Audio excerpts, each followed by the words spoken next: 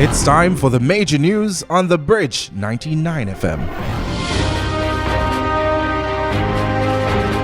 The headlines: suspect charged in multi-million-dollar armored truck robbery. Deputy Prime Minister defends new security measures. Assets of JDB transferred to DBJ. And in regional news, new Prime Minister sworn in for Grenada.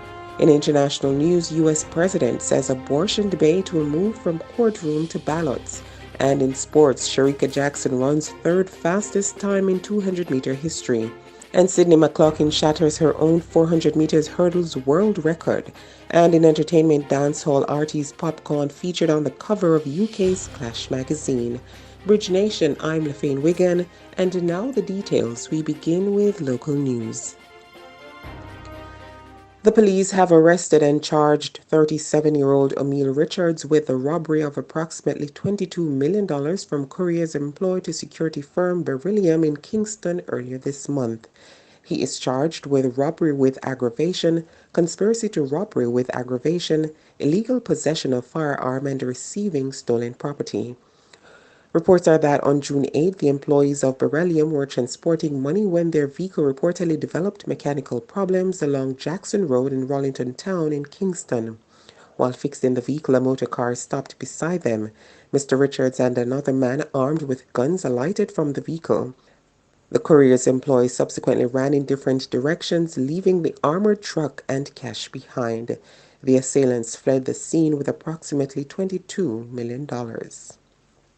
And National Security Minister Dr. Horace Chang is defending the new emergency powers regulations tabled in the House of Representatives last week. Some critics argued that the regulations are still too wide. However, Dr. Chang explained that there will always be differing opinions within the legal fraternity on the laws that deal with criminality. But he said the government carried out consultations when the regulations were being made. Meanwhile, Chief Executive Officer of Separate Group and Co-Chairman of the Economic Program Oversight Committee, EPOC, Richard Pandoe, has described the crime situation in the country as a crisis. Mr. Pandoe said crime is threatening the stability of the country, adding it is the most significant hindrance to the country's human and economic development. More than 600 people have been murdered in Jamaica since January, a rate running several percentage points ahead of the statistics for 2021. All assets of the Jamaica Development Bank, JDB, are to be transferred to the Development Bank of Jamaica, DBJ Limited. The Jamaica Development Bank Act 2022, which will facilitate this change, was passed in the Senate on June 24. Minister of Industry, Investment and Commerce, Senator Aubin Hill, who piloted the bill, explained the process in essence is a name change.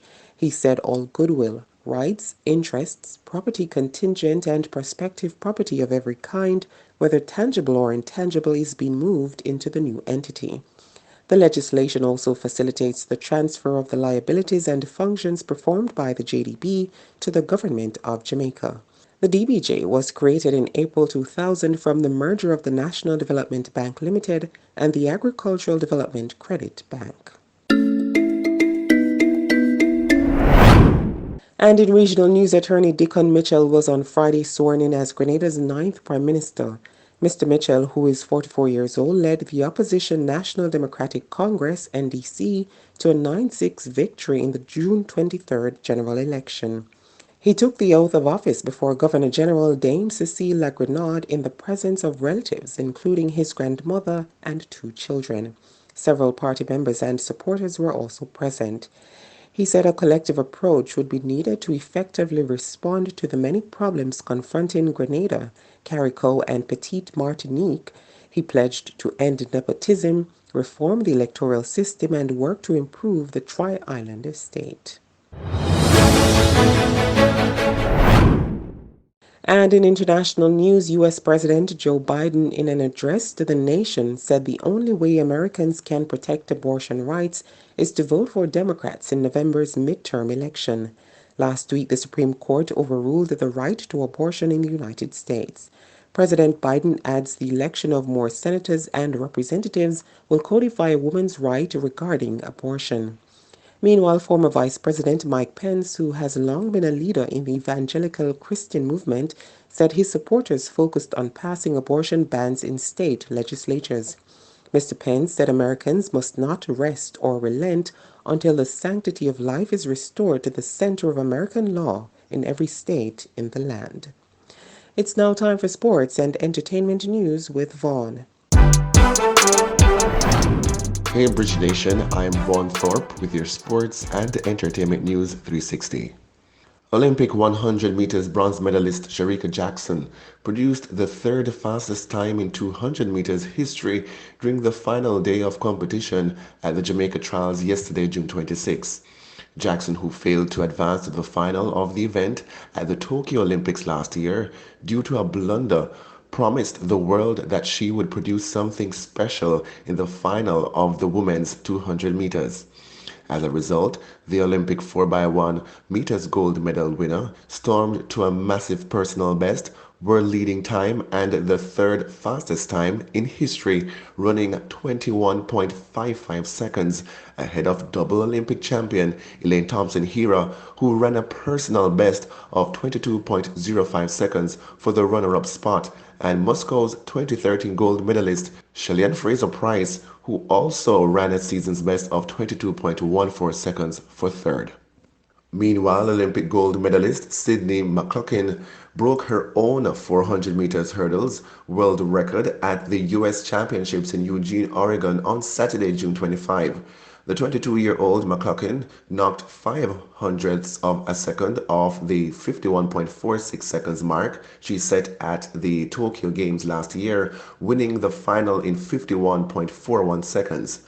McLaughlin's victory has earned her place at the Eugene 2022 World Athletics Championships, scheduled to take place from July 15 to 24 at the Hayward Field, Eugene, Oregon. And in entertainment news, dancehall artist Popcaan was recently featured on the cover of UK's Clash magazine. In the magazine feature, the Unruly Boss shared that his new album is on its way. He also shared his inspirations and his processes, reflecting on grief and his need to engage. Retaining a deep love for British music, Popcaan also shouts out UK drill, muses on diasporic communications, and exclusively revealed that he's taking Unruly Fest to London for the very first time.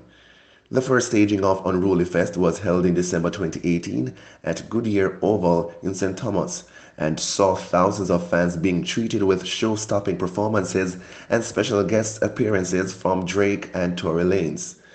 The date of the event to be held in UK was not revealed.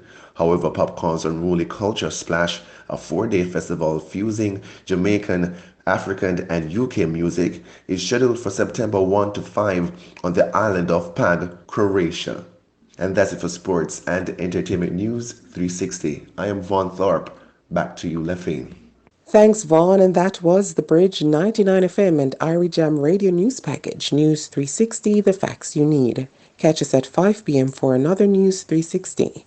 You can also download the Bridge 99 FM app in the Google Play Store and the Apple Store for all the latest happenings on the Bridge. I'm Lefine Wiggin. Have a great day. And those are the stories making it in Bridge 99 FM's major news package right here on the Bridge 99 FM.